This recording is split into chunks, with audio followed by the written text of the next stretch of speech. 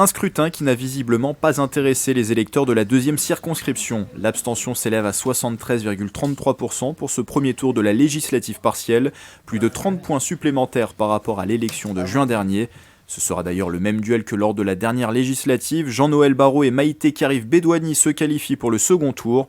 Le ministre de la Transition numérique et des Télécommunications est largement en tête. Il est en ballottage favorable avec 42,29% des suffrages obtenus. Je me félicite que les électeurs aient confirmé leur choix en me permettant de me qualifier pour le second tour avec un score qui progresse de 8 points.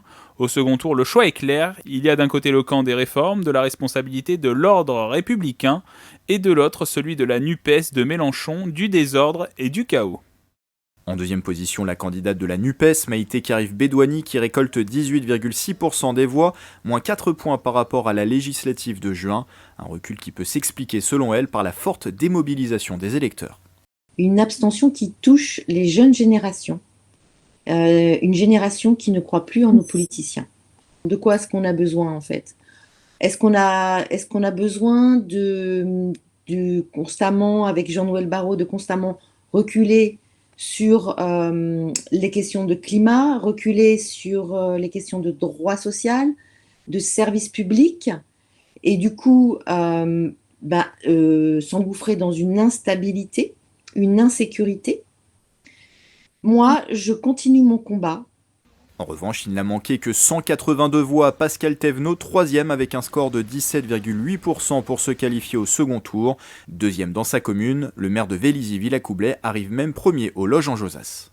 Il n'a manqué que 180 voix pour être au second tour et permettre de battre Jean-Noël Barrot qui aurait été sans réserve de voix.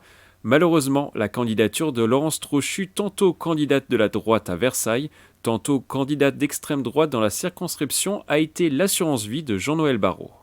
Laurence Trochu, justement, termine en 4e position avec 11% devant Anne Jacquemin du Rassemblement National. Après la première circonscription en juin dernier, la candidate de Reconquête était cette fois-ci en lice dans la deuxième circonscription. Avec un peu plus de 20% des suffrages, le mouvement d'Éric Zemmour se classe même deuxième à Versailles, preuve que les idées conservatrices trouvent un certain écho dans la cité royale. Second tour au programme dimanche 9 octobre, lors de l'élection législative de juin, 64% des votants s'étaient exprimés en faveur de Jean-Noël Barrot, face déjà à Maïté Karif Bédouani.